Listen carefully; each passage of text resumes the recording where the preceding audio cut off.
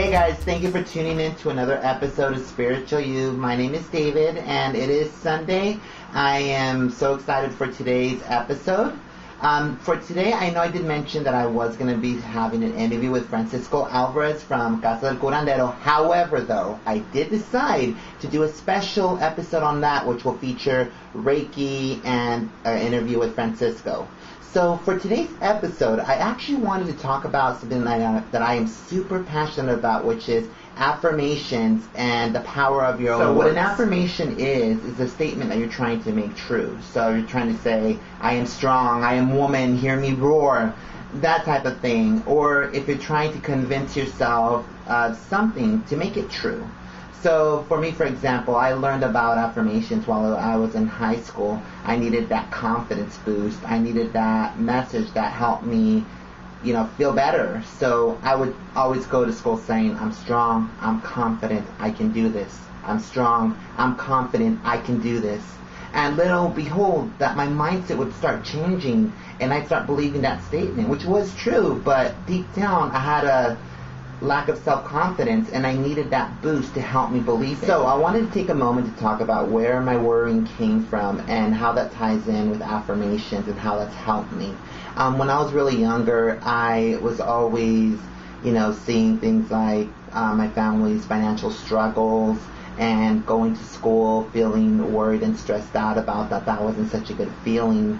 Being bullied too when I was younger, I always worried about that, and it's just always been a revolving pattern where I was always stressed out and scared, and I needed those moments to empower myself by saying those words of encouragement that you'll get through the day. It's just school. You'll get through the day.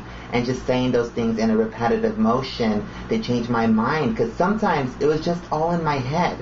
But I had to express it in those words to let me feel better and know that my day was going to be fine. So as I mentioned, when I was in high school, I started getting into affirmations. It all began when, I wanted to get more out there and be more social. Granted, I lived in a small town. There's not much to do.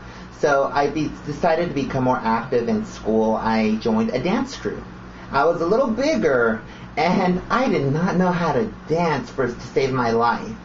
So I decided to do it, and, I fell. I hurt myself here and there in the dance moves, but I started using those affirmations where I said, I can do this. I am going to be great. I'm going to keep moving, and I'm going to look darn good. So I didn't realize that I was using affirmations until one day I went home and was watching an episode of Oprah. And by the way, I love Oprah. So I watched this episode of Oprah, and she was talking about affirmation and the power of your own words. And that's when I started understanding that this is what I've been doing this whole time. So from there, it's always been a part of my life that I've always been using. And every day I use affirmations, whether it be I'm feeling worried, I'm feeling stressed out about certain situations, and just to give me that extra kick in my step, when I wanted start to share my day. With you guys on affirmations that I've used throughout my life. Something more recently, my partner Jack was waiting to hear back about a potential job offer, and it's like here I'm thinking, is he going to get it? Is he not going to get it? In a constant worrying state of mind. So I actually wrote this affirmation to kind of help me ease my thoughts and just focus on, he's going to get it, and not focusing so much on the negative part of it that he's not going to get it. So the affirmation was, the good news shall come to me. Let's make this a reality, so let it be.